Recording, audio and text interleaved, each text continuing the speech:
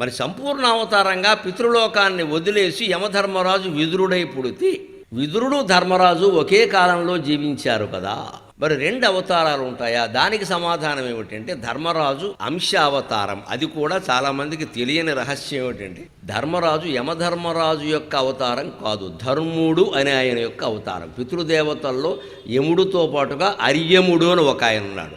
ఆ అర్యముని యొక్క అవతారమే ధర్మరాజు. అందరూ పితృదేవతలే. పితృదేవతల లోకానికి అధిపతిగా యముడిని చెబుతారు కాబట్టి ధర్మరాజు యమధర్మనందనుడు అని పేరు వచ్చింది. మీరు మూల భారతం కానీ చివరికి ఆంధ్ర మహాభారతం కవిత్రయం రచించిన భారతం కానీ చూస్తే ధర్మరాజుని ఎంతసేపు ధర్మజుడు, ధర్మనందనుడు, ధర్మపుత్రుడు, ధర్మరాజు అంటారు తప్పితే యమధర్మనందనుడు, యమధర్మపుత్రుడు అనే మాట ఎక్కడా కనపడదు. నేను పరిశీలించే చెబుతున్నా, ఆశ్చర్యకరమైన విషయం. ధర్మనందనుడు, ధర్మపుత్రుడు, ధర్మతనూజుడు, ఇలాగే ఉంటుంది. అంటే ధర్ముడు అనే ఆయన యొక్క అంశం.